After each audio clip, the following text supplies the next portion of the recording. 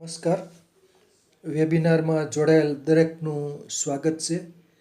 આજે ગિરનારી મંડળનો 886મો વેબિનાર છે. આજના વક્તા છે અમદાવાદના વૈદ્ય શ્રી વિનોદભાઈ ઠક્કર સાહેબ, જેઓ આપણને આયુર્વેદની દ્રષ્ટિએ વિવિધ અંગના સોજા એટલે સ્વેલિંગ શબ્દ આવે છે, ઇન્ફ્લામેશન આવે છે અને ઇડીમા પણ આવે છે. તો આધુનિક રીતે જે આઇટિસ પ્રત્યે લગાડવામાં આવે એટલે એ સોજો સૂચવે છે. વિવિધ રોગના નામની પાછળ આઇટિસ, જે તે અંગ હોય એની પાછળ આઇટિસ લગાડે એટલે કે જે તે અંગનો સોજો. જેમ કે ટોન્સિલાઇટિસ, સ્વેલિંગ ઓફ ટોન્સિલ્સ એટલે કે કાકડાનો સોજો. તો અને એવી જ રીતનું કંજક્ટિવાઇટિસ, તો સ્વેલિંગ ઓફ કંજક્ટિવા એટલે કે અખિયા મિલા કે આંખના સફેદ ભાગનો જે સોજો આવી જાય છે, લાલ રંગની થઈ જાય છે. એટલે કોઈ પણ પ્રકારનું ઇન્ફેક્શન લાગે એટલે જે તે અંગમાં સોજો આવતો હોય છે અને એ સોજો ઇન્ફેક્શનને કારણે હોય અથવા તો અન્ય કારણે પણ સોજો આવતો હોય છે. કોઈ ઇન્જરી થઈ હોય તો પણ સોજો આવતો હોય છે. તો આઇટિસ જે પ્રત્યે સફિક્સ કેટલાક રોગોના નામની પાછળ લગાડવામાં આવે છે. તો જેમ કે કંજક્ટિવાઇટિસ, ટોન્સિલાઇટિસ, સાઇનસાઇટિસ. તો આ રીતના જે આઇટિસ ધરાવતા રોગોના નામ વિશે સમજૂતી આપશે અમદાવાદના વૈદ્ય શ્રી વિનોદભાઈ ઠક્કર સાહેબ. વૈદ્ય શ્રી વિનોદભાઈ ઠક્કર સાહેબને વિનંતી કે તેઓ પોતાનું વક્તવ્ય હવે શરૂ કરી શકે છે. નમસ્કાર સાહેબ. જય ધન્વંતરી.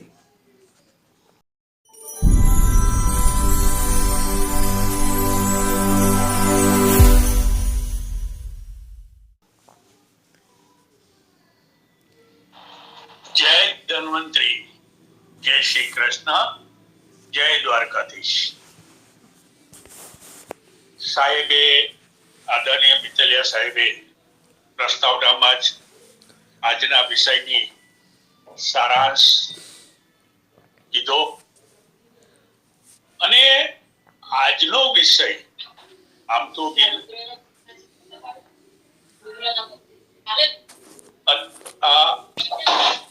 અત્યારે વર્તમાન સમયમાં આધુનિક ચિકિત્સા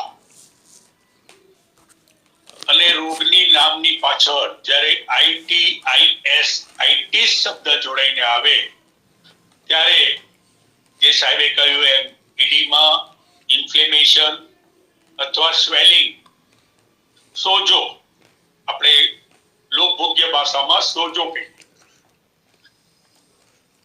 અત્યાર સુધી 885 વેબિનાર ગિરનારી મંડળમાં થયા અને આજે 886મો વેબિનાર. અને મિત્તલિયા સાહેબનો એક પ્રસ્તાવ હતો કે ઘણીવાર સામાન્ય વસ્તુ હોય પણ શબ્દોની પરખ ન થતી હોવાથી વ્યક્તિને ગંભીર રોગ દેખાતા હોય છે. સોજા જેવા રોગોમાં આવી ભૂલો ઘણીવાર થતી હોય છે. તો વિનોદભાઈ, આપ એ માટે પ્રયત્ન કરો અને આપણે બંને વિજ્ઞાનના નામ અને એની સમજણ આપણે લોકભોગ્ય કરીએ એવો મારો એક મનનો પ્રસ્તાવ છે. મેં કીધું સાહેબ થોડું અઘરું છે, તો કે આપ સક્ષમ છો ને આપ કરી શકશો. અને તમામ શરીરના તમામ અંગ, ઉપાંગ અને જેને કહીએ ને એ સૂક્ષ્મ અંગ, એ બધા જ આવરી લો તો વધારે સારું રહેશે. અને મેં એક પ્રયત્ન કર્યો છે. આશા કરું કે મારો પ્રયત્ન ક્યાંક સફળ દેખાય. હું કોઈ ચિકિત્સા પદ્ધતિઓમાં મતભેદ ઉભા કરવાના આશયથી આ નથી કરી. એક માહિતી આપવા અને સમાજને એક માહિતી આધુનિક અને આયુર્વેદ પ્રમાણે માહિતી સાંપ્રત થાય એ અભિગમથી આજનો વિષય લીધો છે. આગળ પણ કદાચ લેવાશે. હવે આખા શરીરના અંગ, ઉપંગ અને સૂક્ષ્મ અંગ એની યાદી જ્યારે હું બનાવતો હતો ત્યારે મેં જોયું કે 200 થી વધારે રોગોના નામ આઈટી શબ્દથી જોડાયેલા. એટલે મેં એને વિભાજનમાં કર્યા છે. આજે મહદઅંશે આપણે ઉદ્ધવજત્રુ એટલે આંસળીથી ઉપરના રોગોને કવર કરીશું. સમય મર્યાદા જો થોડી બચશે તો થોડાક બીજા ઉમેરીશું, પણ આજનો મુખ્ય વિષય ઉદ્ધવજત્રુ, જેને ઉત્માન કહીએ આપણે, અથવા તો ઉપરનો એટલે ગળાથી ઉપરના ભાગના રોગોની શૃંખલા આપણે કરીશું. પણ એ પહેલા મારે થોડીક સમજમાં આપ સર્વને સમજ, આમ તો બધા આટલા વેબિનારમાં બધા સક્ષમ થઈ જ ગયા છો અને અભ્યાસો પણ થઈ ગયા છો, પણ અત્યારે આધુનિક ઇન્વેસ્ટિગેશનના જેટલા પણ મશીનરીઓ આવી છે એના આધારે સૂક્ષ્મમાં સૂક્ષ્મ અંગનું અભ્યાસ કરીને આપણને વિશેષ રીતે સચોટ નિદાન તરફ લઈ જવાનો જે એમનો પ્રયત્ન છે તે સર્વના હિત માટે છે. અને આ નિદાન એ જે કરી આપે છે આધુનિક ઉપકરણોથી, એના થકી ચિકિત્સા કરવી ઘણી સરળ થઈ શકે. પણ એનો મતલબ એવો નથી કે આયુર્વેદ એ વખતે સક્ષમ ન હતું. આયુર્વેદના ચિકિત્સાના મુખ્ય જે પાસા આપણા શાસ્ત્રોમાં જોવા મળે છે, તો નિદાન માટેના 3 મુખ્ય પાસા બતાવેલા શાસ્ત્રોમાં છે. એક, આપ્તોપદેશ એટલે કે શાસ્ત્રોપદેશ અનુસાર, એ પણ સૂક્ષ્મ અવલોકનથી બહાર આવેલું વિજ્ઞાન. અને દર્દીનું નિદાન કરતી વખતે પ્રશ્નો અને એની અનુભૂતિઓ એના ઉપરથી શાસ્ત્રોની અંદર એ ટાંકવામાં આવેલું. પછી પ્રત્યક્ષ જ્ઞાન, જે અશ્વિધ પરીક્ષા, એ અશ્વિધ પરીક્ષાથી પ્રત્યક્ષ જોઈને નિદાન કરતા. અને અનુમાન દ્વારા, જે મેં કહ્યું એમ, અંગ, ઉપંગ અને સૂક્ષ્માંગનું અનુમાન કરી લેતા કે અહીંયા આવી કંઈક હોવું જોઈએ. એટલે એ પણ આપણે યાદ રાખવું જોઈએ કે આપણું શાસ્ત્ર અપૂર્ણ નથી, પણ ત્યારે ઉપકરણો નહોતા, પણ દિવ્ય જ્ઞાન, દિવ્ય દ્રષ્ટિ અને દિવ્ય અભ્યાસ એના દ્વારા નિદાન થતું હતું.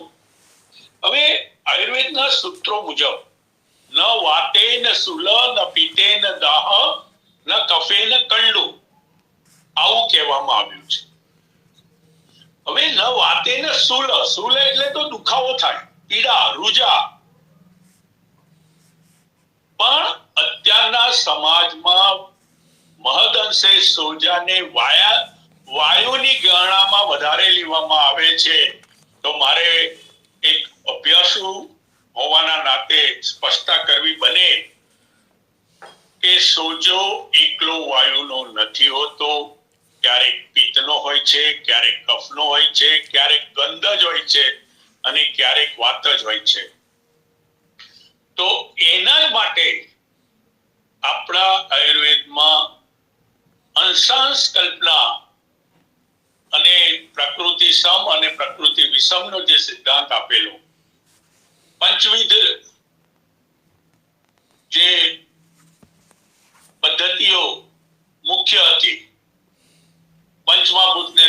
રાખીને એ નિદાન પંચક જેને કહેવાય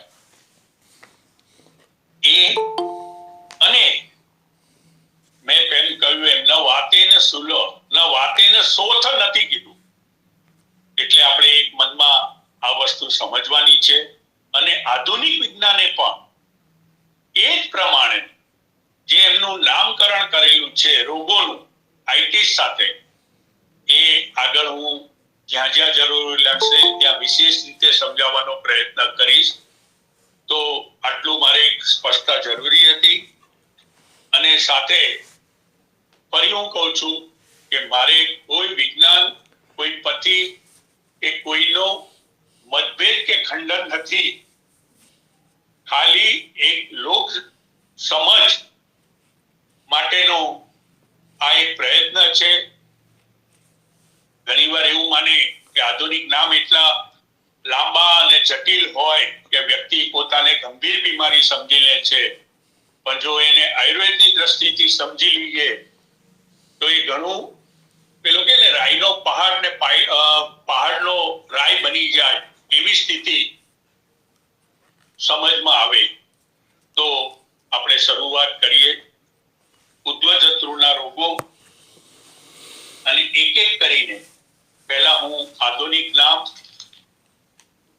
એને કઈ રીતના એ લોકોએ આપણને દ્રષ્ટિમાં મૂક્યું છે અને એને આપણે આયુર્વેદમાં કેવી રીતના જોવાય. કદાચ અંગ પ્રત્યંગના નામ કોમન ના હોઈ શકે, પણ નિદાન કોમન સમજી શકાય એવું હોઈ શકે. એટલે આટલું પણ થોડું કાને ધરજો. સૌથી પહેલું આપણે જે કહીએ તો એડિનાઇટિસ. હવે એડિનાઇટિસ જે છે ને શબ્દ, હવે એડિનો, એમાં હું થોડુંક સાથે સાથે બીજું પણ સાથે સમજાવવાનો પ્રયત્ન કરીશ કે વોકેબ્યુલરી શબ્દકોશ પ્રમાણે એડિનો એટલે ગ્રંથિ થાય. એટલે જ્યારે કોઈ પણ ગ્રંથિ, ગ્લેન્ડ, એનો સોજો હોય ત્યારે એડિનાઇટિસ કહેવાય. પછી એ અલગ અલગ જગ્યાએ પાછા એના નામ બદલાઈ જાય, પણ એડિન શબ્દ આવે ત્યારે ગ્રંથિનો સોજો આપણે સમજવું પડે. હવે એડિનોડાઇટિસ એટલે એડિનોઇડ ફેરેન્જિયલ ટોન્સિલ, જે ગળામાં કાંકરા થાય છે. પણ એડિનો આવ્યો શબ્દ, મારો કહેવાનો ભાવાર્થ આ છે કે ત્યાં પણ એક લાળ ગ્રંથિ છે, એટલે એની સાથે આ જોડાયેલું છે. પછી એડિનો લિમ્ફાઇટિસ. હવે લિમ્ફ નોડ એટલે ત્રાટ કણોને વહન કરતી નળીઓ અને એના કેન્દ્રો, એની ગ્રંથિઓ, એનો જંકશન, ત્યાં જે સોજા આવે એ એડિનોલિમ્ફાઇટિસ, અથવા એને બીજી રીતે લિમ્ફા એડિનાઇટિસ આ રીતે લખવામાં આવે છે. પછી એડિનો ફેરેન્જાઇટિસ. હવે આ મેં સ્પષ્ટતા કરી. એડિનો શબ્દ આવે એટલે ગ્રંથિ સાથે, ગ્લેન્ડ સાથેનો રોગ સમજવાનો છે. અને એટલે જ એ લોકોએ બહુ સ્પષ્ટતા સાથે શબ્દોની રચનામાં, અહીંયા તમે જોશો તો બે જોવા મળશે, પ્રિફિક્સ અને સફિક્સ. સફિક્સમાં આઈટીસ જ છે, પણ પ્રિફિક્સમાં શબ્દો બદલાતા જાય છે. અને એ શબ્દો બદલાય એટલે અંગ, ઉપંગ અને સૂક્ષ્માંગ એનું નિદાન બદલાય છે. એટલે આ એક બહુ ધ્યાનમાં રાખવા જેવી વાત છે. પછી એનાથી આગળ આપણે જઈએ તો પેરોટાઇટિસ, આ કાનનો રોગ છે. અ મોર્બિડ કન્ડિશન ઓફ ઇયર એટલે કાનની મધ્યમાં જે સોજો આવે એને બેરોટાઇટિસ કહેવાય. પછી બ્લીફેરાઇટિસ એટલે આંખના પાપણના સોજા. Inflammation of the eyelids. જો અહીંયા બહુ સૂક્ષ્મ શબ્દો પ્રયોગ આઈલિડ્સ શબ્દ વાપર્યો છે એટલે આંખના પાપણના સોજા. હવે અહીંયા આપણે મનમાં વિચાર આવે કે આંજણી જે થાય છે પાપણ ઉપર જ થતી હોય છે તો એનો સમાવેશ તો સોજો અને એની અંદર એક દાણો ભરાયેલો હોય એ આ નથી. આ સોજો એટલે ઉપસેલો ભાગ.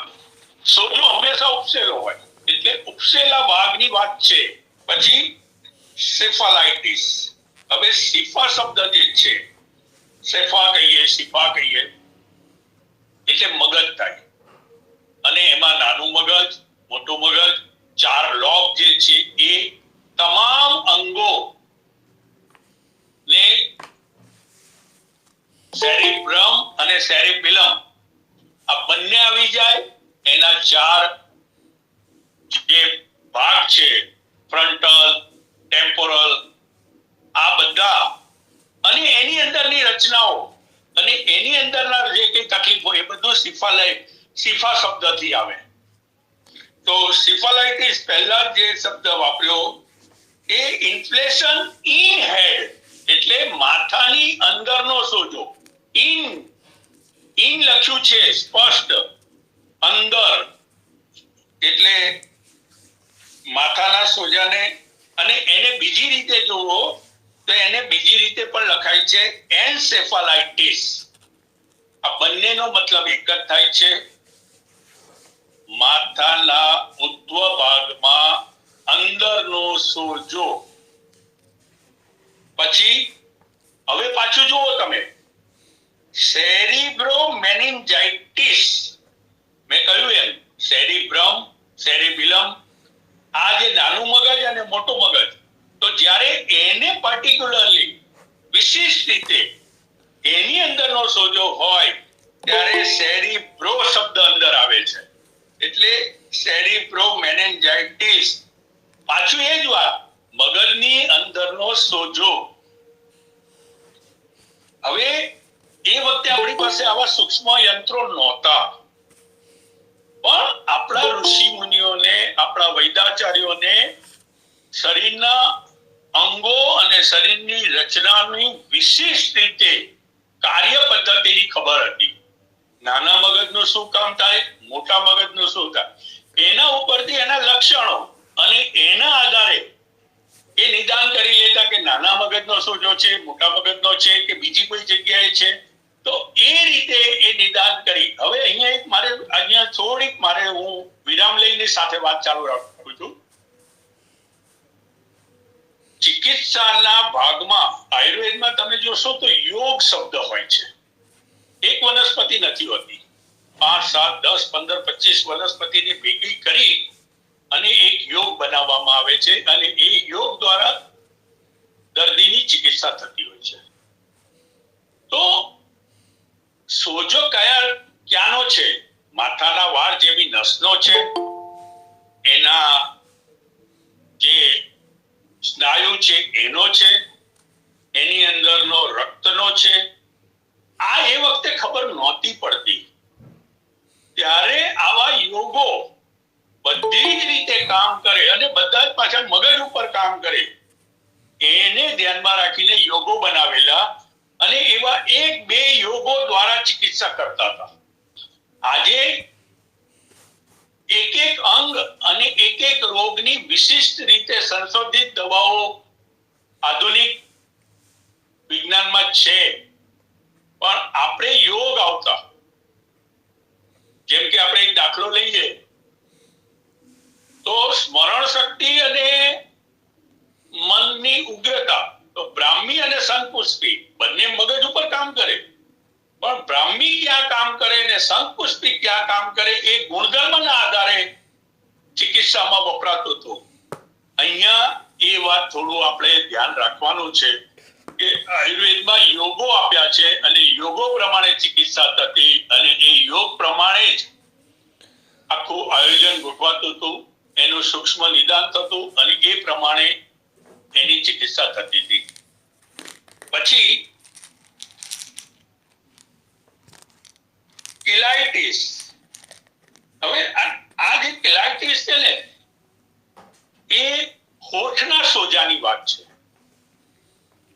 એટલે હોઠ ઉપર ઘણીવાર તમે જો તો ઘણાને આમ હોઠ ઉપર સોજી આવે, કંઈક કઈડી ગયું હોય અથવા તો કંઈક એવું આવી ગયું હોય તો એનો સોજો આવે, એના માટે કિલાઇટિસ શબ્દ છે, હોઠનો સોજો. પછી કંજક્ટિવાઇટિસ. હવે આ કંજક્ટિવાઇટિસ થી તો આપણે બધા જ પરિચિત છે ને સાહેબે બી પ્રસ્તાવનામાં કીધું અખ્યા મિલાકે. પણ આ કંજક્ટિવા એટલે આંખની ફરતી જે દિવાલ છે, જે આંખને પકડીને રાખે છે, એની અંદર ઇન્ફેક્શન આવવાથી જે આખી આંખને લાલ કરી અને સોજા લાવી દે છે અને માણસ આંખ પણ ન ખોલી શકે એટલો એને દુખાવો થતો હોય, પીડા થતી હોય, એ કંજક્ટિવાઇટિસ. જો આધુનિક વિજ્ઞાને આપણને બહુ સ્પષ્ટતા કરી આપી, બહુ સરસ રીતે સમજાવી દીધું કે કંજક્ટિવા એટલે આંખને ફરતી જે દિવાલો છે, જેના આધારે આંખની કીકી અને આંખનો ડોળો અને સંપૂર્ણ આંખ એક પકડાઈ રહી છે, એની ફરતી જે લેયર છે, જે સ્નાયુ છે, એની અંદર જ્યારે સોજો આવે એને કંજક્ટિવાઇટિસ કહેવાય. પછી સાયક્લોકેરાટાઇટિસ. હવે કેરેટીન આપણે બધા જાણીએ છીએ, આંખ માટે કેરાટીન છે, અને cyclokeratitis cyclokeratitis inflammation of cornea and ciliary. હવે આપણે જે ડોળો કહીએ છીએ સફેદ, એનો સોજો અને એની સાથે જોડાયેલી નળીઓ, એને આ રોગથી જોવામાં આવે છે. એટલે આ આંખના ઓપ્થાલ્મિક ડોક્ટરની ભાષાની વાત છે, વ્યાખ્યાની વાત છે. પણ એક સ્પષ્ટતા થાય કે ભાઈ હકીકતમાં ક્યાં તકલીફ છે, શેના હિસાબે છે, એના માટે એ લોકોએ નામ પણ અલગ રાખ્યા. તો આ વસ્તુ ચિકિત્સામાં આપણને બહુ સ્પષ્ટ રીતે ઉપયોગી બને, એટલે આપણે એમનો ઉપકાર માનવો જોઈએ. કારણ કે આધુનિક યંત્રોથી આપણને સૂક્ષ્મમાં સૂક્ષ્મ શારીરિક પરિવર્તન જે આવ્યા છે એનું નિર્દેશન કરી આપે છે, એનું નિદાન કરી આપે છે. પછી ઇસોફેગાઇટિસ. ઇસોફેગસ એટલે અન્નળી, અને અન્નળીનો સોજો. હવે અન્નળી ગળાથી શરૂ થાય અને હોજરી સુધી લંબાયેલી હોય, એટલે ઉપરના મોઢાના ભાગમાં પણ હોય, વચ્ચે પણ હોય, નીચે પણ હોય, અને પાછો ત્યાં એક એવી રીતના એની રચના છે કે ઘણીવાર ત્યાં જો નીચેના ભાગમાં સોજો વધારે હોય તો માણસ ખાઈને ઉલટી થાય, અને એ વધારે સ્પષ્ટતા કરવા માટે એન્ડોસ્કોપી કરે. તો આ લક્ષણ ના આધારે આપણા ઋષિમુનિઓ નિદાન કરતા કે એને ઉલટી થાય છે તો પિત્તનો અનુબંધ છે, અને એ પ્રમાણે ઔષધનું આયોજન ગોઠવતા હતા. ગળામાંથી ઉતરતું નથી તો પાછું અલગ થઈ ગયું, તો એ પ્રમાણે ઔષધનું આયોજન ગોઠવતા હતા. ચિકિત્સા તો બંને જર્ની સફળ રહી છે અને રહેશે. પણ આપણું નિદાન કેવી રીતના કરતા હતા અને અત્યારે જે આપણને આમ કે ને કે રેડી રેકનરની જેમ ઇન્વેસ્ટિગેશન જે થઈને આવે છે તો આપણને સરળતા થઈ જાય છે ચિકિત્સા કરવાની. પછી જિંજીવાઇટિસ, દાંતની મસૂડાની તકલીફ, inflammation of gingiva, a mucus in gum of tooth and jaw. હવે ઘણાને તમે જો તો ઠંડુ ખાય કંઈક એવી વસ્તુ ખાય એટલે તરત એમને પીડા ઉપડે. તો એવી જે તકલીફો એને જિંજીવાઇટિસ, દાંતની તકલીફ. હકીકતમાં એ દાંતની તકલીફ નથી, એ નીચેના મસૂડાની તકલીફ છે. આટલી સ્પષ્ટતા આપણને આપી. પછી glossitis, inflammation of the tongue. Tongue એટલે જીભ, જીભનો સોજો. લગભગ 10-12 વર્ષ પહેલા એક પેશન્ટ આવ્યો હતો. એ બ્રેડના ટુકડા મૂક્યા હોય ને કેટલી જાડી જીભ એમની થઈ ગઈ હતી. અને આમ આમ જો ભૂલથી આમ તો અડવત નહોતા જતા પણ જો આપણે ભૂલથી દબાઈએ ને તો સ્પંચ જેવી ઉપર નીચે થતી હતી. તો એ ગ્લોસાઇટિસ, જીભનો સોજો. પછી ગ્નાથાઇટિસ, ઇન્ફ્લેમેશન ઓફ જો એટલે જડબું, જડબાનો સોજો. અને આ જડબાનો સોજો જો લાંબો સમય રહે ને તો વ્યક્તિને ખાવા પીવા નું બહુ જ દુષ્કર થઈ જાય છે. એ સારી રીતે ચાવી પણ નથી શકતા, સારી રીતે કંઈ પણ નથી શકતા. અને જો એ લાંબો સમય રહે તો એનું શરીરનું વજન પણ ઘટતું જાય છે. હવે આની સાથે જોડાયેલો એક રોગ આપણે જે મોડર્નમાં જે કહીએ ટ્રાઇજેમિનિયલ ન્યુરોલેજિયા, એ રોગ અલગ છે પણ એમાં પણ આવું થતું હોય છે. વ્યક્તિ જડબાનો ઉપયોગ ના કરી શકે, જડબું એટલું બધું આમ પીડા થતી હોય પણ રોગ અલગ છે. પછી હેમીગ્લોસાઇટિસ. હવે જો આ હેમી શબ્દ આવે ને, હેમી, પછી હું તમને કહી દઉં, હેમી શબ્દ આવે તો રક્ત સંબંધી, હેમો, હેમી આવા જ્યારે શબ્દો આવે ત્યારે રક્ત સંબંધી સમજવાનું. તો હેમીગ્લોસાઇટિસ જે શબ્દ છે એટલે રક્તનો ભરાવા થવાથી જે સોજો આવ્યો હોય એને હેમીગ્લોસાઇટિસ. ગ્લોસાઇટિસ તો ખરું, જીભનો સોજો તો ખરો જ, પણ અંદર રક્ત ભરાઈને એટલે રક્ત ભરાઈને જે સોજો થયો હોય એ હેમીગ્લોસાઇટિસ. પછી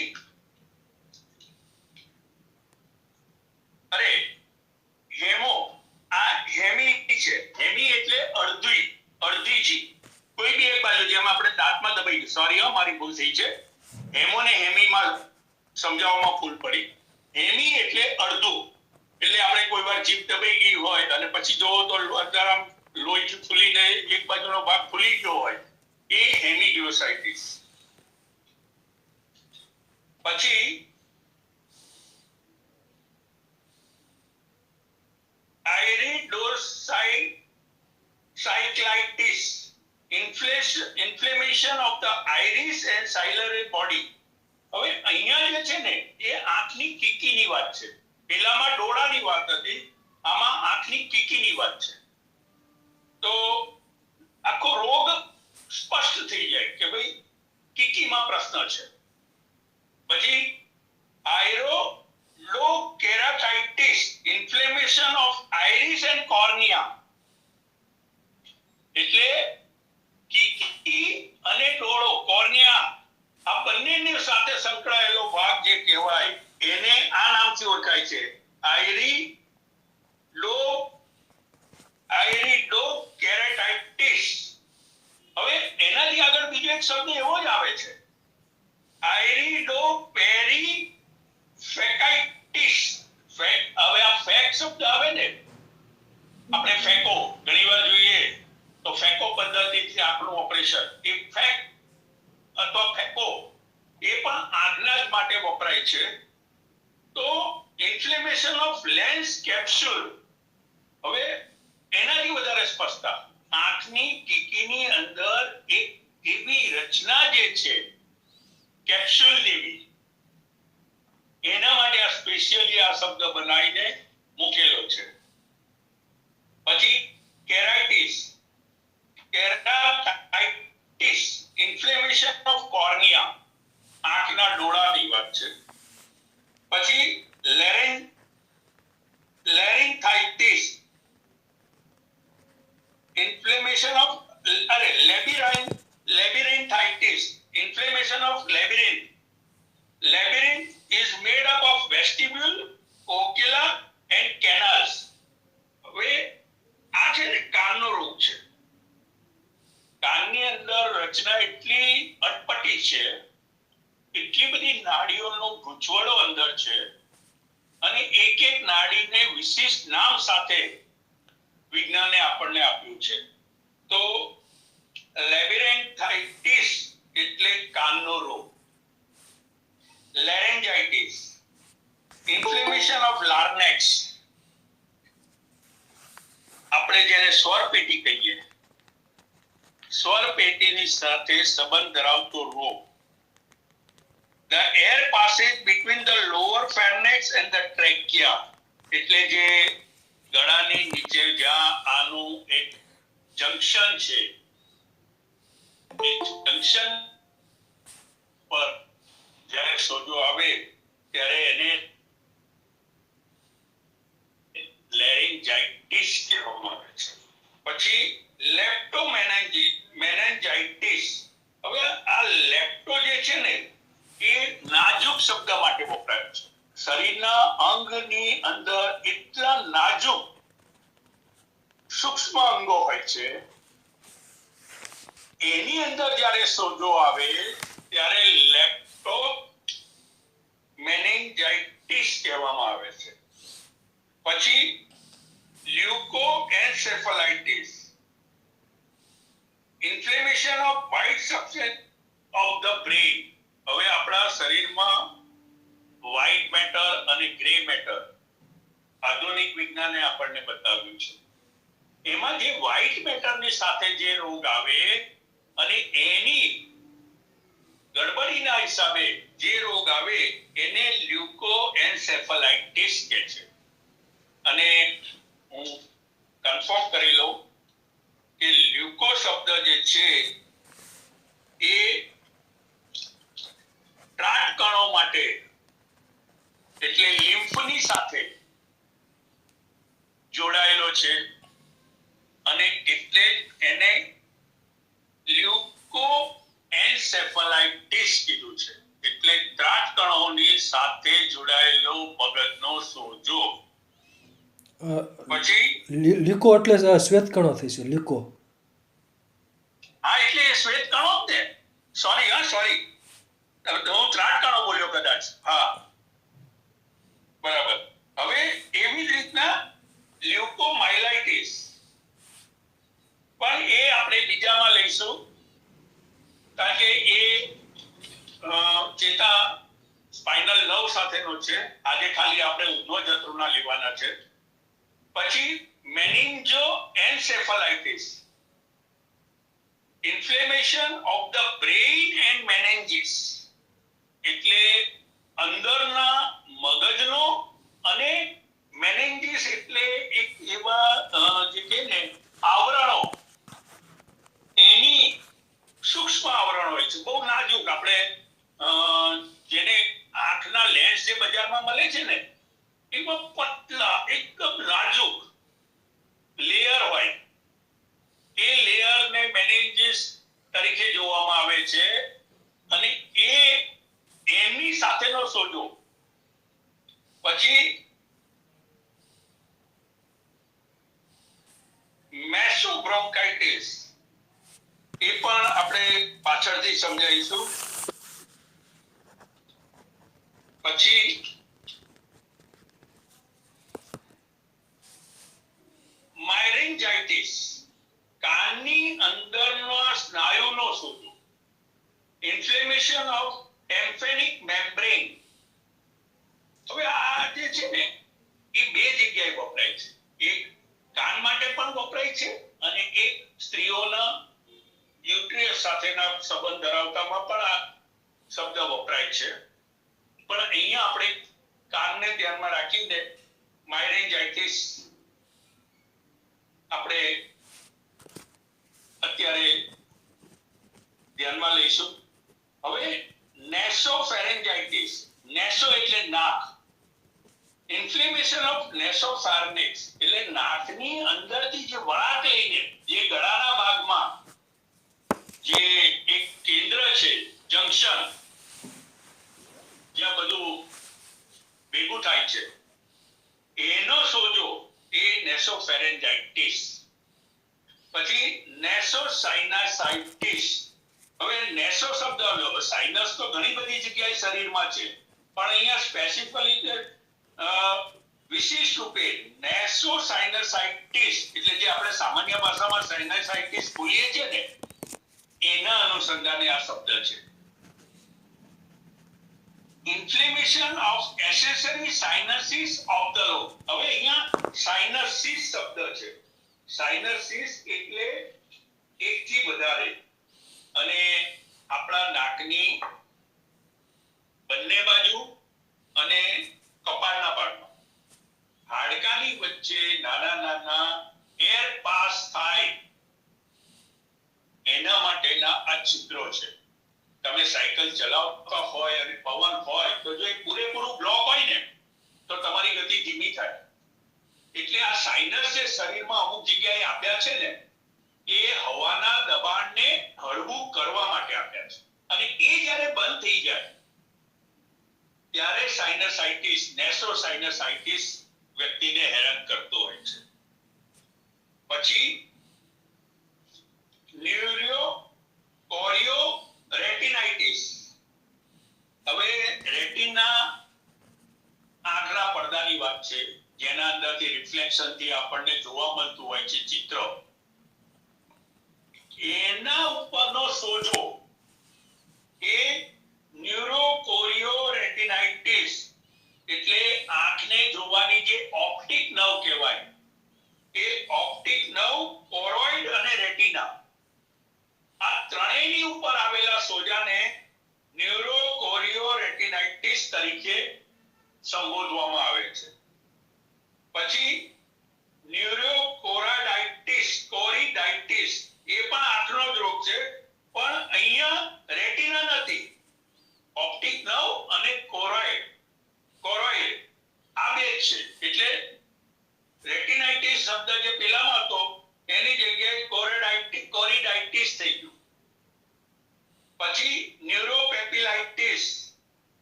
હવે આંખની જે નસો હોય અને પેપિલા એની ઉપર જે આવે સોજો એ ન્યુરોપેપિલાઇટિસ. પછી ન્યુરોરેટિનાઇટિસ, ખાલી આંખના પડદા ઉપર આવેલા સોજાને ન્યુરોરેટિનાઇટિસ કહેવાય.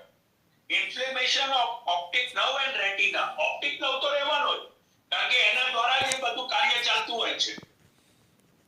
એટલે હવે આ જે છે પાછું એક બીજી વાત સમજવા જેવી છે કે જે આપણે ક્રેનિયલ નર્વ્સ જે કહીએ ને, એ ક્રેનિયલ નર્વ્સનો પણ આની સાથે સંબંધ છે. એટલે જે આંખની રચના અને આંખને કાર્યમાં કામ કરતી જે નસો છે એ ક્રેનિયલની નર્વ્સ સાથે પણ સંબંધ ધરાવે છે.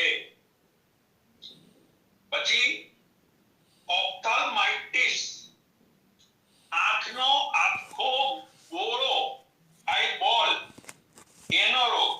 હવે ઓપ્થા એટલે આંખ અને ઓપ્થાલ્માઇટિસ એટલે આંખ, સર્વાંગ આંખનો, આંખના ગોળાનો સોજો. પછી ઓપ્થાલ્મોન્યુરાઇટિસ એટલે ઇન્ફ્લેમેશન ઓફ ધ ઓપ્થાલ્મિક નર્વ, ખાલી નસનો સોજો, જે છે એનો સોજો એટલે ઓપ્થાલ્મોન્યુરાઇટિસ. પછી ઓટોએન્સેફાઇટિસ, inflammation of the brain due to extension from an inflamed middle ear. આપણે ઘણીવાર કાનની અંદર જોઈએ છે અને કાનના પવનથી મગજને સોજો આવે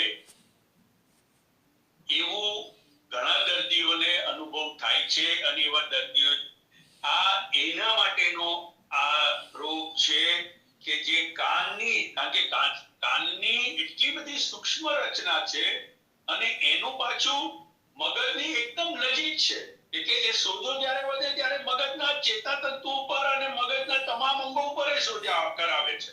એટલે otoencephalitis, inflammation of brain due to extension, અહીંયા જે કીધું છે એનું એક્સટેન્શન એટલે લંબાણ થઈને from an inflamed middle ear, મધ્ય કાનમાંથી એ સોજો આગળ ધકેલાઈને એક્સટેન્ડ થાય છે, લંબાઈને, એને ઓટોએન્સેફાલાઇટિસ કહે છે. પછી પેકિલેપ્ટોમેનિન્જાઇટિસ, હવે પાછો લેપ્ટો શબ્દ આવ્યો, ડ્યુરામેટર અને પિયામેટર આ પાછા અંદરના રસાયણો છે, એનાથી જે સોજા આવે એ પેકિલેપ્ટોમેનિન્જાઇટિસ.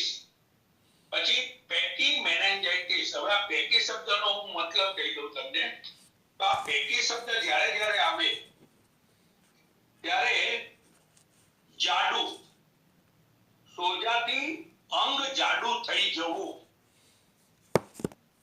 પેકિમેનિન્જાઇટિસ, ઇન્ફ્લેમેશન ઓફ ખાલી ડ્યુરામેટર. પેલામાં પિયા અને ડ્યુરા બે છે, આમાં ખાલી ડ્યુરામેટર કીધું છે.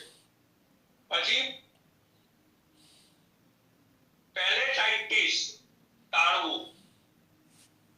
આ તાળવાના રોગ માટે એવું કહેવાય છે કે તાળવાનો રોગ આવે તો ઘણો ગંભીર કહેવાય અને એ તાળવાનો સોજો એને પેલેટાઇટિસ, ઇન્ફ્લેમેશન ઓફ ધ પેલેટ. પછી પેન એન્સેફાલાઇટિસ. હવે આ પાછો પેન શબ્દ જે છે એનો બી હું તમને એક મતલબ કહી દઉં. પેન એટલે શું? પેન એટલે સર્વાંગ. જ્યારે જ્યારે પેન શબ્દ આવે ને ત્યારે એ જે તે અંગનો સર્વાંગ ભાગ એવું માનવાનું. એટલે પેન એન્સેફાલાઇટિસ એટલે સર્વાંગ inflammation due to viral of both gray and white matter of the brain. એટલે જે મગજના રસાયણો છે એની અંદર જે દબાણની અસર આવતી હોય, વાયરલ એટલે જેને આપણે હવાથી કહી શકાય, એની અંદર જે તકલીફ આવે એને પેન એન્સેફાલાઇટિસ કહેવાય છે. પછી પેન ઓપ્થાલ્માઇટિસ એટલે આંખના તમામ ભાગનો સોજો. પછી panotitis, inflammation of all part of ear, સર્વાંગ કાનનો સોજો. Papillitis, inflammation of the optic disc એટલે આંખની અંદર એક ડિસ્ક, એટલે એ લોકોનું કહેવું એવું છે કે એક પડદા જેવું, એની અંદર સોજો આવે એ પેપિલાઇટિસ. પછી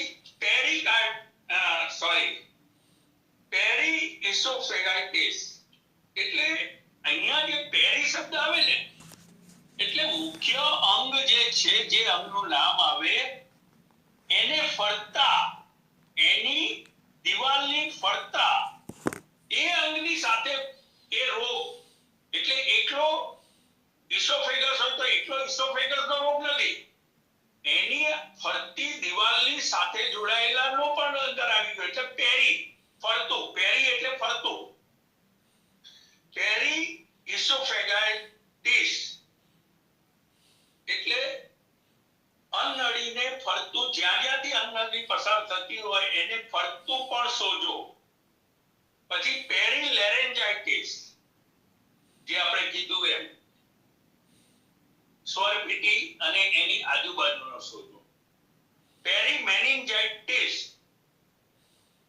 એટલે મગજના સૂક્ષ્મ પદર લેયર જેને કહેવાય મેનેન્જીસ ફરતા પેરી મેનિન્જાઇટિસ. પછી પેરીસાઇનસાઇટિસ જે હમણાં આપણે વાત કરીએ એ સાઇનસ ને ફરતો પાછો સોજો અલગ હોય. મુખ્ય અંગ તો ખરો જ પણ એની આજુબાજુમાં પણ એ સોજો ફેલાયેલો હોય એને પેરીસાઇનસાઇટિસ કહે છે. પછી પાછું મેં કહ્યું ફેકોસાઇટિસ. હવે ઇન્ફ્લેમેશન ઓફ કેપ્સ્યુલ ઓફ આઈ આંખની કેપ્સ્યુલ એનો રોગ ફેકો મેં પહેલા કહ્યું હતું ફેકો શબ્દ આવે એટલે આંખ આવે. ફેરેન્જાઇટિસ ઇન્ફ્લેમેશન ઓફ ફેરેનેક્સ. હવે આ જે છે ને આપણે જે મોઢાને જ્યાંથી આપણે કોળીઓ ઉતારીએ છીએ એટલે જે આગળનો ભાગ કહેવાય ને એ ફાર્નેક્સ એટલે આપણે જેને ટોન્સિલ્સની બાજુમાં જે લેયર છે સ્નાયુઓ એ ની સાથે જોડાયેલો રોગ ફેરેન્જાઇટિસ ગળાનો રોગ આપણે ટૂંકમાં એવું કહી શકાય. પછી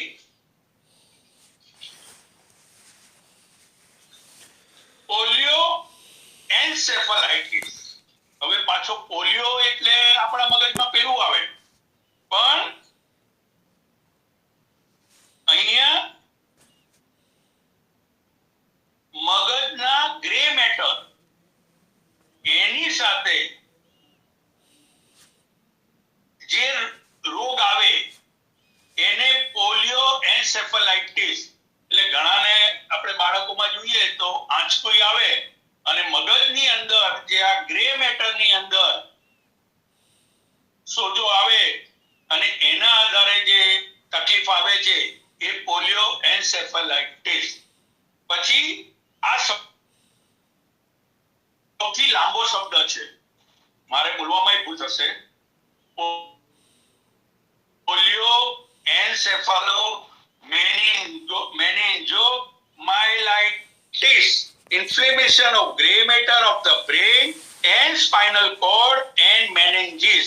હવે આ જે મેં હમણાં કીધું ને કે આંચકી આવે અને પછી પગમાં તકલીફ આવે તો આ જે અહીંયા સોજો આવ્યા પછી આ તકલીફ પોલિયો જે આવે છે એ આની સાથે ક્યાંક સંબંધ ધરાવતો હોય એવું મારું માનવું છે. કન્ફર્મ તો હું ન કહી શકું પણ મારું માનવું છે. અને એટલે આટલો ત્રણેય અંગોને જોડીને મગજના ગ્રે એટલે જે કહે ને કે રાખોડી રંગનો જે ગ્રે મેટર, પછી સ્પાઇનલ કોર્ડ ચેતાનળી અને મેનેન્જીસ જે પતલા સૂક્ષ્મ આવરણો એની સાથેનો આરોગ છે. પછી પોર એન્સેફલાઇટિસ. હવે આ પોર શબ્દનો મતલબ પણ સમજી લઈએ. POR પોર. તો આ પોર શબ્દ જે છે ને એક મિનિટ હું જરા જોઈ લઉં.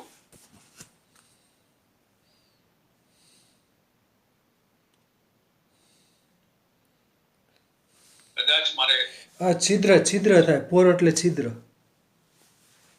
હા ના એ PORE પણ આ જે પોર શબ્દ જે છે ને એ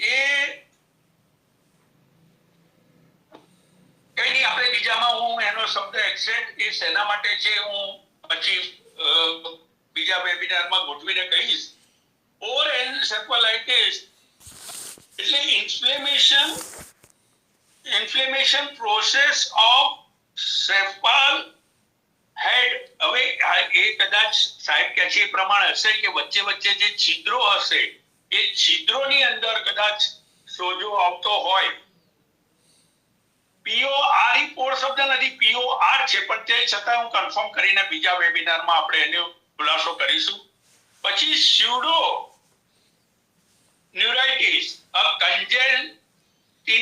કન્જેનિટલ ઓપ્ટિક પેપિલા. હવે ઘણીવાર આ જન્મજાત હોય પણ આપણને રોગ રૂપે દેખાય.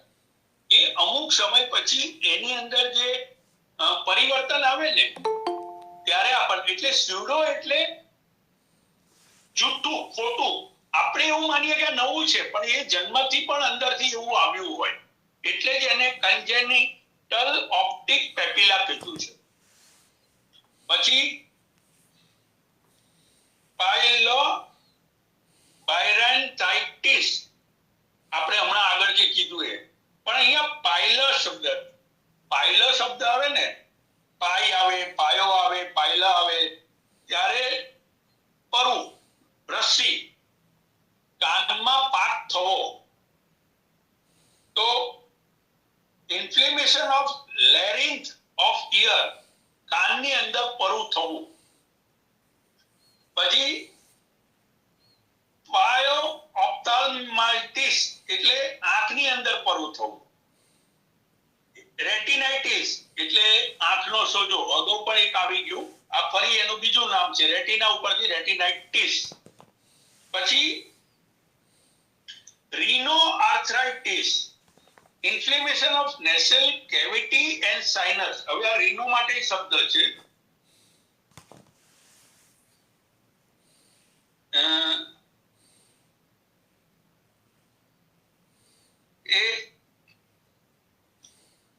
એવી રીતના rhino laryngitis, inflammation of mucosa of nose and larynx. અને રીનોફેરેન્જાઇટિસ, ઇન્ફ્લેમેશન ઓફ નેસોફેર્નેક્સ.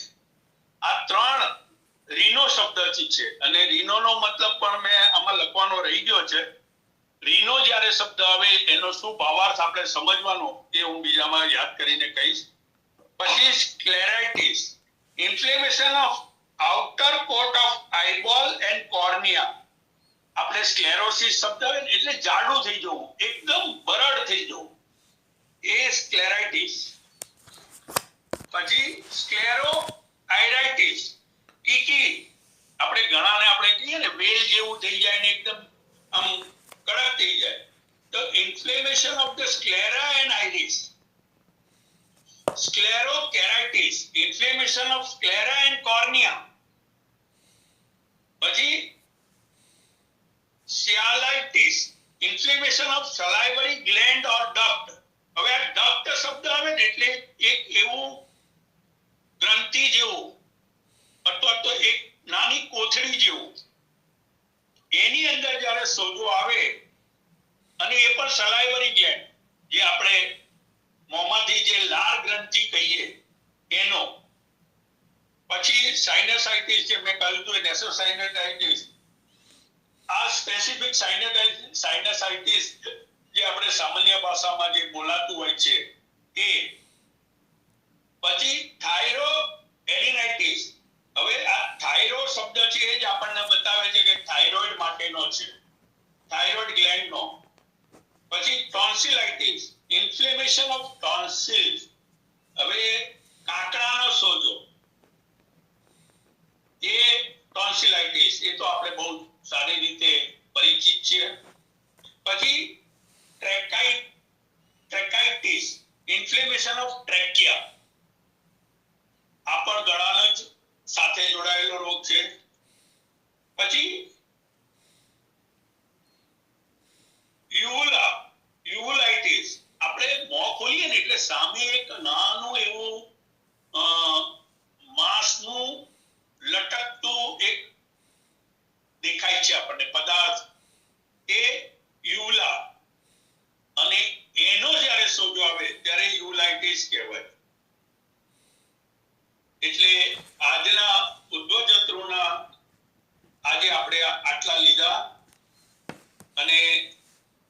પછીનામાં આપણે મધ્યજત્રુના લઈશું. મધ્યજત્રુમાં ઘણા બધા નામ છે અને ઘણા વિશિષ્ટ રીતે સમજવા જેવા પણ છે, પણ મારું ખાલી એટલું જ કહેવું છે કે આઇટિસ શબ્દ આવે એટલે સોજા સાથે સંબંધ હોય. હવે ટોન્સિલાઇટિસ જો સોજો જ હોય તો સોજો બેસાડી દેવાય, એને કાપવાની કઈ જરૂર નથી. સોજો બેસી જાય તો મટી જાય, પણ અત્યારે ટોન્સિલાઇટિસ જેવા રોગને પણ સર્જરી કરવી પડે છે. તો આટલી આપણને ખબર પડે કે આ ટોન્સિલાઇટિસ એટલે ગળાનો ટોન્સિલનો સોજો, કાકડાનો દેશી ભાષામાં. તો એને બેસાડવાથી આપણું શરીરનું હિત જળવાય, એનું ઓપરેશન ન કરાવાય. આવું પ્રયત્ન એવો હોવો જોઈએ કે બને ત્યાં સુધી આપણે સર્જરી ન કરાવવી જોઈએ. હવે સાઇનસાઇટિસ અને રેનાઇટિસ આ બે શરદી માટે નાકના જ રોગ છે, પણ સાઇનસાઇટિસમાં જે ઘણા એવું કહે છે કે મને તો બહુ જૂનું સાઇનસ છે, સાઇનસાઇટિસ છે.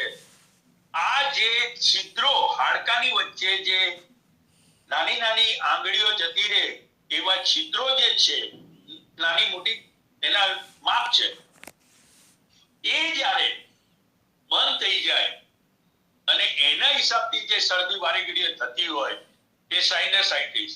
અને રેનાઇટિસ એટલે આપણે ઋતુ પરિવર્તનમાં જે થતી હોય શરદી, એ રેનાઇટિસ.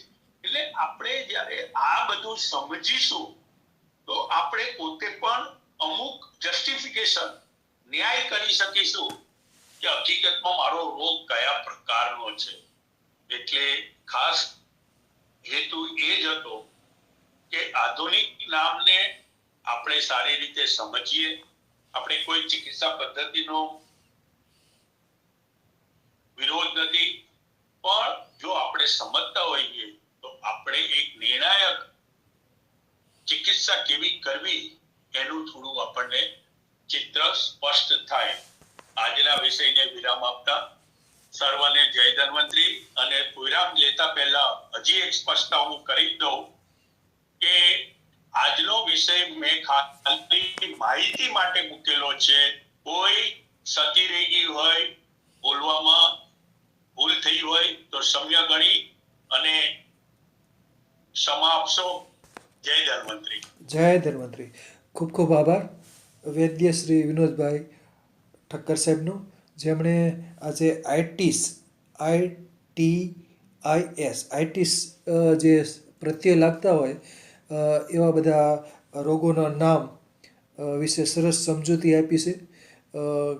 ને આઇટિસમાં આજે તેમણે ઉર્ધ્વજત્રુના રોગો એટલે ગળા સુધી તેમણે લીધા છે. ગળું, આંખ, નાક, કાન, ગળું અને મગજ, આટલા વિસ્તારને એમણે આવર્યો છે.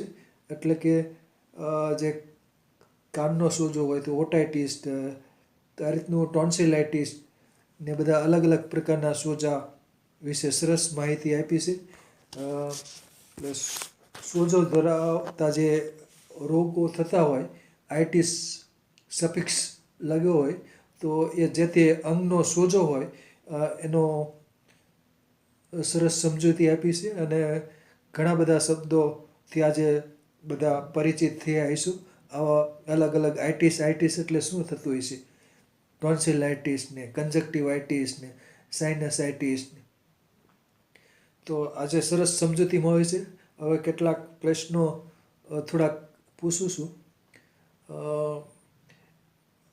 તો સ્પોન્ડિલાઇટિસ આજે નથી લીધું, કદાચ પછીના વેબિનારમાં લઈશે. સ્પોન્ડિલાઇટિસ એટલે એ પણ ડોકમાં પાછળનો ભાગમાં આવી જાય છે. ડોકના મણકામાં સોજો આવી જતો હોય છે. ટોન્સિલાઇટિસમાં શું સારવાર થઈ શકે, ઠક્કર સાહેબ? હવે બહુ બહુ આમ તો જવાબ આપવો મારા માટે એક વિચારે માગી લે અને સમજાવવામાં હું મારો બનતો પ્રયત્ન કરીશ કે કોઈ ગેરસમજ ના થાય. આપણા શરીરમાં કુદરતે અમુક અંગો એવા આપ્યા છે કે જે આપણને આપણા શરીરની અંદર કંઈક ફેરફાર આવવાના હોય ને એની અગમચેતી રૂપે એક ઇન્ડિકેટર, જેમ ગાડીમાં આપણે ઇન્ડિકેટરો હોય છે, જમણી બાજુ વારવાના ઇન્ડિકેટર અલગ, ડાબી બાજુ વારવાનું, પેટ્રોલ ઓછું થયું હોય તો ઇન્ડિકેટર અલગ, બેટરી વીક હોય અથવા તો બેટરીનું કંઈક હોય તો એની, એવી રીતના શરીરમાં ઘણા બધા એવા અંગો કુદરતે આપણા શરીરમાં મૂકેલા છે જે ઇન્ડિકેટર તરીકે કામ કરે. એ માયલું આ ટોન્સિલ્સ છે. હવે ટોન્સિલ્સ હકીકતમાં ગળાની બાજુમાં કફનું પ્રમાણ વધે ને ત્યારે એ રોગ થાય, અને અમુક પ્રકારનો વાયરલથી થાય. હવે એ વખતે એ આપણને એવો સંકેત આપે છે કે તમે હવે 2-4 દિવસ આરામ કરો, ખાવામાં થોડું કંટ્રોલ કરો, તો હું મારી જાતે પાછું પૂર્વવત થઈ શકીશ. પણ આપણે ખાવા પીવાનું ચાલુ રાખીએ છીએ, પથ્ય પાલનમાં જે આપણે ધ્યાન રાખવું જોઈએ નથી રાખતું, એટલે ટોન્સિલાઇટિસ વધી જાય છે અને પછી એ લાંબો સમય રહે એટલે એને કાપવાનો વારો આવે છે. હવે એ કાપે એટલે એનું ઇન્ડિકેટર આપણું જતું રહે. આટલું તો મારે વિજ્ઞાનની રીતે સમજાવવાની વાત હતી. હવે એની ચિકિત્સામાં હળદર સોજા માટે બહુ સારી, અને મેં અગાઉ આપણા વેબિનારોમાં પણ કીધું છે, અને ઘણીવાર ઘણા દર્દીઓને પણ આ પ્રયોગ આપ્યા છે.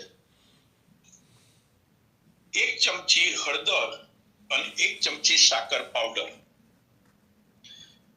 એટલે 2 ચમચીનો પાવડર મોંમાં જીભ ઉપર મૂકીને ભરી રાખવાનો કોગરો, એટલે લાળ ગ્રંથિના સ્ત્રાવથી એ પાવડર ધીમે ધીમે એક પ્રવાહી જેવું, ગાઢું પ્રવાહી જેવું થશે, અને જેમ જેમ લાળ અંદર ઉમેરાશે સલાઈવા, એમ એમ એ વધારે ને વધારે નરમ પ્રવાહી જેવું થશે. એટલે પછી એને ભરી રાખવાનું 5 મિનિટ, 10 મિનિટ, 15 મિનિટ, અને મોંમાં ફેરવ કરવાનું.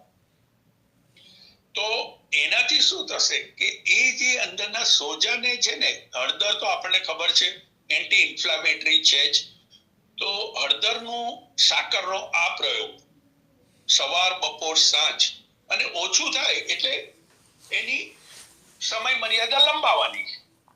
શરૂઆતમાં 3 વાર કરાય, પછી ઓછું થાય એટલે 2 વાર કરવાનું, પછી 2-3 દિવસ 1 વાર કરવાનું, અને સાવ આપણને એમ લાગે કે આપણે સ્વસ્થ થઈ ગયા તો પછી બંધ કરવાનું.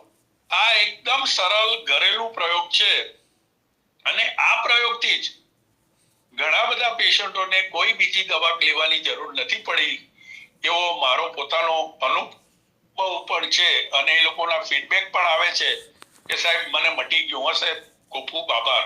એટલે હળદર અને સાકરનો પાવડર, ખાંડ નહીં, સાકરનો પાવડર સપ્રમાણ લઈ અને મોંમાં ભરી રાખવાનું. અસ્તુ. વાહ વાહ, સરસ. બીજું કે મોઢામાં ચાંદા પડતા હોય છે એને સ્ટોમાટાઇટિસ કહેવામાં આવશે, મુખપાક, મોંના ચાંદા પડતા હોય છે.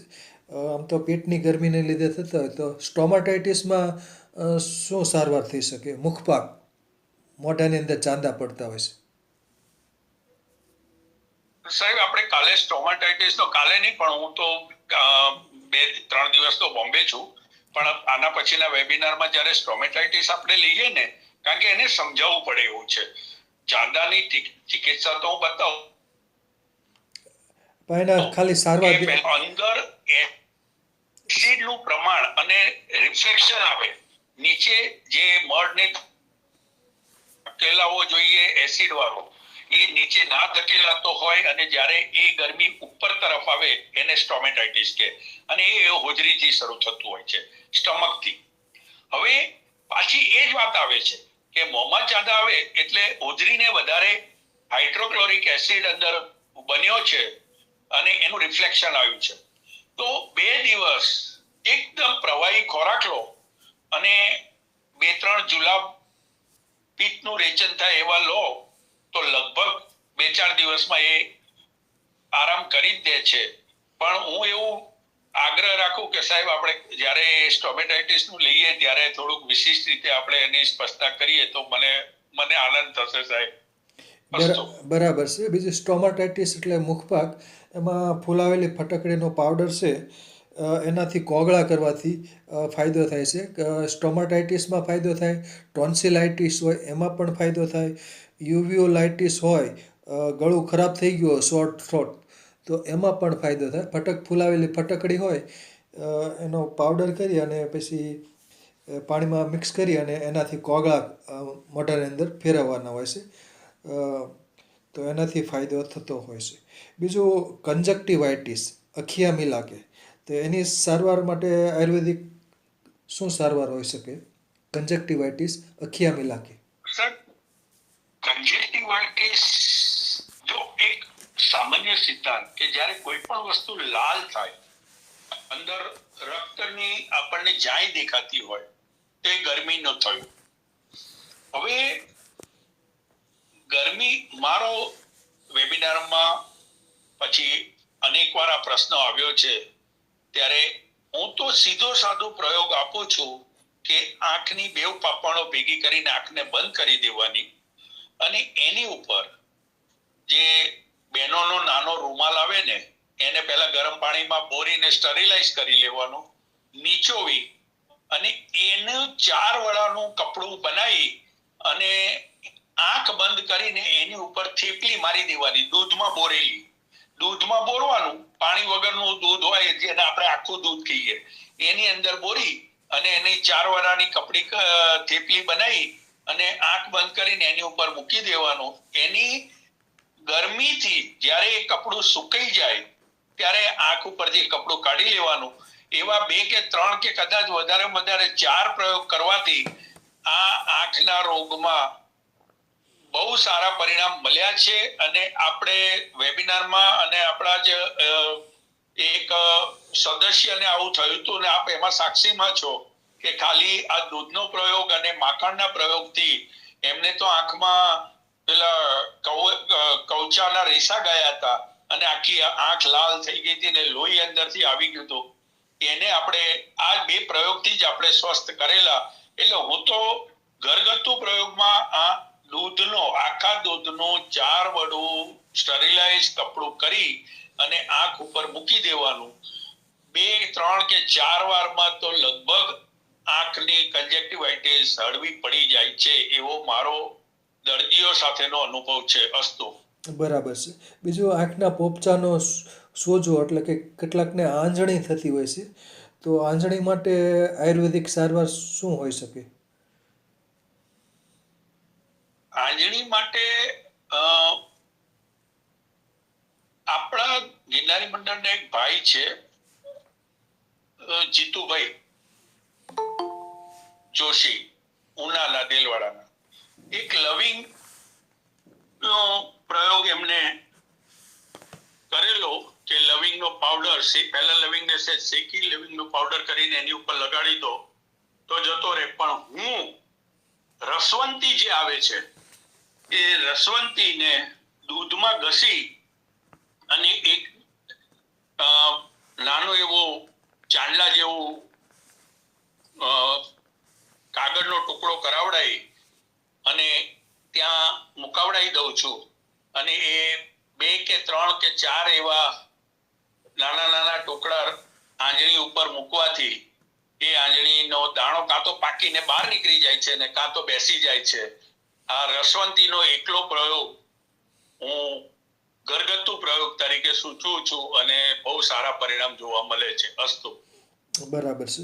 બીજું કાનમાં પણ સોજો આવી જતો હોય છે, એને ઓટાઇટિસ અને અલગ અલગ બધા શબ્દો અંદર હોય, કાનની અંદર સોજો આવેલો હોય, પડદાનો સોજો હોય અથવા તો બીજી જગ્યા હોય ત્યાં પણ સોજો આવતો હોય. તો કાનના સોજામાં શું સારવાર થઈ શકે? જો કાનના સોજા માટે તો આપણા ગિરનારી મંડળના જેટલા સદસ્યો છે ને એ બધા આમ તો હું એવું માનું છું કે ઘરવૈદ તો થઈ જ ગયા છે. ભલે બીજાની ચિકિત્સા કરે કે ના કરે, પણ પોતાના પરિવાર પૂરતી તો ચિકિત્સા કરી શકે એટલા સક્ષમ તો થઈ જ ગયા છે.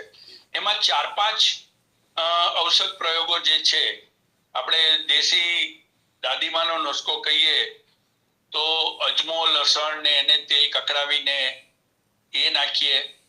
પછી સરસિયાના ટીપા નાખીએ, બરાબર.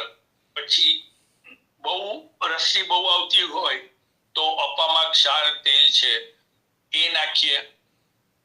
હવે જે મેં હમણાં કહ્યું એમ કે રસી હોય તો એ પ્રમાણેની દવા કરવી પડે, દુખાવો થતો હોય તો એ પ્રમાણે કરવી પડે, અને જો ગરમીથી અંદર બળતરા થતી હોય તો પછી બિલવાદી તેલ વાપરવું પડે.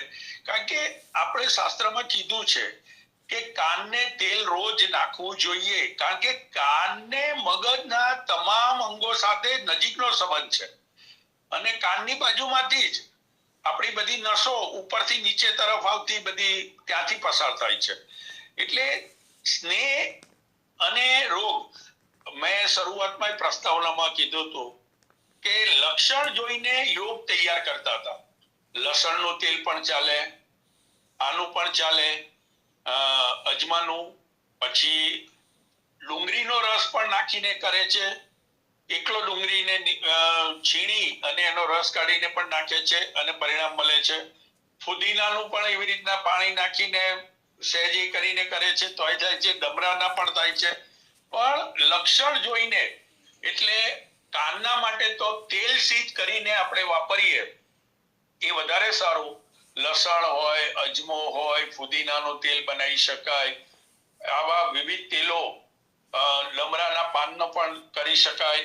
પછી જે કીધું એમ બિલવાદી તેલ, અપામાં ક્ષાર તેલ, પછી કર્ણામૃત કરીને એક છે શાસ્ત્રનો પાઠ, એ કાનનું તેલ કર્ણામૃત પણ એમાં સારું કામ કરે છે. પણ સ્નેહ સાથેનો યોગ કરવો જોઈએ કાનના કોઈ પણ રોગમાં. પણ જ્યારે રસી હોય ત્યારે અપામાં ક્ષાર તેલ વપરાય. અને બીજા છે, પણ બીજા પ્રયોગોમાં શું થાય કે જો તમે એ શુદ્ધ ના કર્યું હોય ને તો થોડો પ્રશ્ન થાય. બાકી આપણે જે સમુદ્ર ફીણ આવે ને બજારમાં મળે છે એને શુદ્ધ કરવું પડે, અને એનો પાવડર ગમે તેવા રસથી નીકળતી હોય તો એના પાવડર થી રસી બંધ થઈ જાય છે. પણ એને શુદ્ધ જો ના કર્યું હોય તો થોડુંક નુકસાન તો ના કહેવાય, પણ થોડા બીજા પ્રશ્નો ઉભા થાય. એટલે એ પ્રયોગ કરતા થોડું ધ્યાન રાખવું જોઈએ. પણ તેલ સાથેના પ્રયોગો બધા જે છે, બિલવાદી, અપામાં ક્ષાર તેલ, પછી કર્ણામૃત તેલ છે ઘરે બનાવીને, લસણનું, અજમાનું, આ બધા તેલ વાપરીએ ને તો પરિણામ આપે જ છે. અસ્તુ. સરસ સરસ. બીજું નાકની અંદર સાઇનસનો સોજો થતો હોય છે, પછી રિનાઇટિસ એટલે વારંવાર છીકો આવીને, તો આ બંને હોય સાઇનસાઇટિસ અને રિનાઇટિસ, તો એમાં કઈ સારવાર થાય? આયુર્વેદમાં નસ્ય ઉપયોગી થાય ખરું?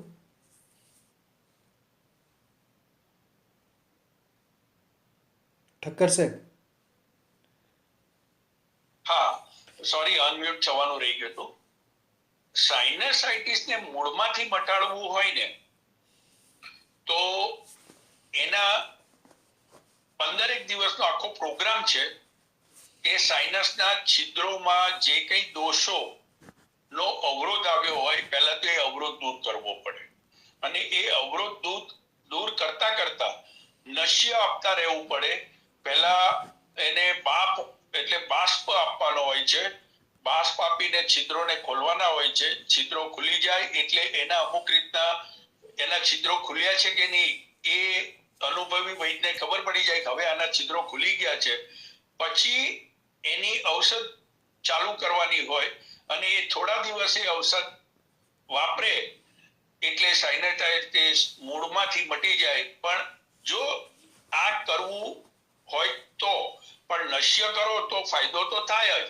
પણ મૂળભૂત ચિકિત્સા આ રીતની છે કે એનો 15 દિવસનો આખો પ્રોગ્રામ છે, અને 15 દિવસનો પ્રોગ્રામ જે કરવાનો થાય એ રીતે કરો તો વર્ષો જૂનું સાઇનસાઇટિસ મટી જાય. અને રિનાઇટિસ તો શું છે સાહેબ કે આપણે એમ કે ને દુષ્પ્રતિષ્યા, એટલે એ પ્રકૃતિજન્ય રોગ છે કે અમુક પ્રકૃતિના માણસને અમુક જ્યારે 2 ઋતુ સંધિ આવે ને ત્યારે શરદી થતી જ હોય છે, અને એમાં ઘણાને એકદમ ગાઢો સ્ત્રાવ નીકળે, ને ઘણાને પાણી ટપકે, ને ઘણાને છીકો આવે.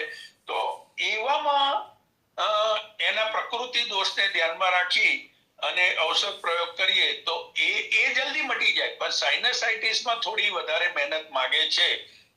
એ મારું કહેવાનો ભાવાર્થ છે. અસ્તુ. બરાબર છે. બીજું સ્વરપેટીનો સોજો, લેરિન્જાઇટિસ ને ફેરિન્જાઇટિસ ને આવા બધા શબ્દો હોય છે. તો સ્વરપેટીનો સોજાને કારણે કેટલીક વખત અવાજ બેસી જતો હોય છે. ખૂબ રાડો પાડીને કોઈ ગાતું હોય, અથવા તો કોઈ એ રીતનું ખોરાક એવો લેવાઈ ગયો હોય, તો કેટલીક સિઝનને અનુરૂપ ખૂબ શરદી ઉધરસ ને બધું થઈ ગયું હોય, અવાજ બેસી જતો હોય, તો સ્વરપેટીનો સોજો હોય, તો એના માટે શું સારવાર થાય જે અવાજ બેસી ગયો હોય? હવે આમ તો સ્વર પેટીના સોજામાં જેને આપણે ગાર્ગલ કહીએ ને, હળદર મીઠાના પાણીનું ગાર્ગલ કરવાનું હોય.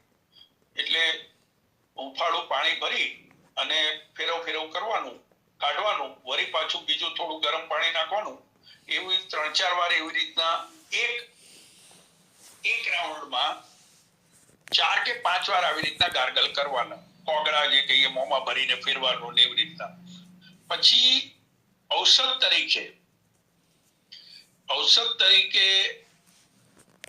જેઠીમધ, હળદર અને બેડાની છાલ, આ ત્રણેયનું મિશ્રણ મધ સાથે કરી અને નાની એવી ગોરી વારી અને મોંમાં મૂકી રાખવાની. તો એનાથી ધીમે ધીમે એ સ્વર પેટીનો સોજો અને સ્વર ભંગ થયો હોય તો એમાં ફાયદો જોવા મળે. અસ્તુ. બરાબર છે. બરાબર છે. બીજું આમ તો એક ટ્રાયજેમિનલ નર્વ છે. એ કાન 2-3 જગ્યાએ, એટલે 3 ત્રિપાંખી નર્વ છે, 3 પાંખિયા હોય, 3 અંગોને એ અસર કરતી હોય છે, ટ્રાયજેમિનલ ન્યુરલ્જિયા. તો એમાં એક પ્રકારનો સોજો આવી જતો હોય છે એ નર્વ ઉપર. તો એમાં આયુર્વેદિક સારવાર શું થતી હોય છે? ટ્રાયજેમિનલ ન્યુરલ્જિયા કહેવામાં આવે છે. સાહેબ, એવો વિશિષ્ટ, એમાં પહેલા તો શું હોય છે, જો આખી ચિકિત્સા તો કરવામાં સારા વૈદનું દેખરેખ જોઈએ. પહેલા તો એના લેપ મારી અને એને પહેલા તો 2 દિવસ લેપ મારવાનો હોય છે. એ લેપ મારીને એની નસોમાં જ્યાં કઈ અવરોધ હોય અથવા તો જે કઈ ઓબ્સ્ટેકલ આવ્યું હોય એને કાઢવાનું હોય છે. પછી પંચકર્મનો જે આપણે સ્નેહસ્વેદન કહીએ ને, પછી એ કરવાનું આવે છે. અને પછી એને મોંમાં ગાર્ગલ અને ગંડૂસ અને કવલ ભરાવાના હોય છે. અને સાથે કર્ણપુરાણ, નશ્ય, આ બધું જ એક ચિકિત્સાનો ભાગ બને છે. એટલે એમાં પણ ઘરેલું નુસ્ખામાં એટલું કહી શકાય કે એ બી ઘરેલું એટલે બજારમાંથી લાવીને કરી શકાય કે દસમૂલ તેલ જો ઘરે બની શકતું હોય તો દસમૂલમાં કવાથમાંથી બનાવાય, અથવા તો બજારમાં મળે છે, 2-3 ફાર્મસીઓ બનાવે છે દસમૂલ તેલ. એનો અભ્યંગ કરી અને હળવો શેક કરવાથી એમાં લાભ મળે. અને મોંમાં ખાસ તલના તેલનો, એટલે તેલયુક્ત જે અમુક પાનીય તેલ હોય છે એનો કોગળો ભરાઈને રાખવાથી એમાં લાભ થાય છે. નારાયણ તેલ પાનીય છે, મહાનારાયણ પાનીય નથી. એટલે નારાયણ તેલ મળે તો નારાયણ તેલનો કોગળો ભરી અને બેસવાથી એમાં લાભ મળી શકે. અસ્તુ. બરાબર છે. બીજું મમ્પ્સ, એટલે કે ગાલનો સોજો, અને ગાલ પચોળિયું પણ કહે છે, મમ્પ્સ. તો ગાલ પચોળિયાની માટે કઈ સારવાર હોય આયુર્વેદિક? હવે ગાલ પચોળિયું એકચ્યુઅલી ઘણી વાર શું હોય છે, જ્વર ઉપદ્રવમાં પણ આવે છે ને એમને પણ થાય છે, વાયરલ પણ થાય છે. હું તો કાળી જીરી, રસવંતી અને એનો લેપ મરાવું છું. અને સાથે ઔષધોમાં સંસમની વટીને એ આપી અને પછી મોંમાં એને સહેજ અમુક અમુક પ્રકારના મીઠાના પાણી સાથે એટલે સિંધુ મીઠા સાથેના પાણી સાથે હળદર મીઠું જેઠીમધ ને બેડાની ચાલ ને આનો કોગળો પણ અંદર ભરાવડાવીએ છીએ અને કાનમાં ટીપા પણ નખાવડાવીએ છીએ. તો એનાથી રાહત થાય છે, પણ એની ચિકિત્સા થોડીક વિશિષ્ટ રીતે જે કહેવાનું હોય એ એક વૈદ્યની સાનિધ્યમાં રહીને કરવામાં વધારે. બાકી કાળીજીરી મેં કીધું એમ કાળીજીરી, રસવંતી અને આનો લેપ પુનર્નવા અને આ બધું મિક્સ કરીને ત્યાં લેપ કરીએ આપણે તો અવશ્ય ફાયદો જોવા મળે છે. અસ્તુ. વાહ વાહ, સરસ સરસ. ખૂબ ખૂબ આભાર. સરસ માહિતી મળી અને પ્રશ્નોના જવાબ પણ સરસ મળ્યા. આઈટીસ એટલે કે આઈટીસ ધરાવતા જે વિવિધ રોગોના નામ વિશે સરસ સમજૂતી મળે છે અને બાકીના ભાગમાં પણ અન્ય આઈટીસ ધરાવતા રોગોના નામ વિશે માહિતી મળશે. ખૂબ ખૂબ આભાર. જય ધન્વંતરી, જય ધન્વંતરી. સરસ.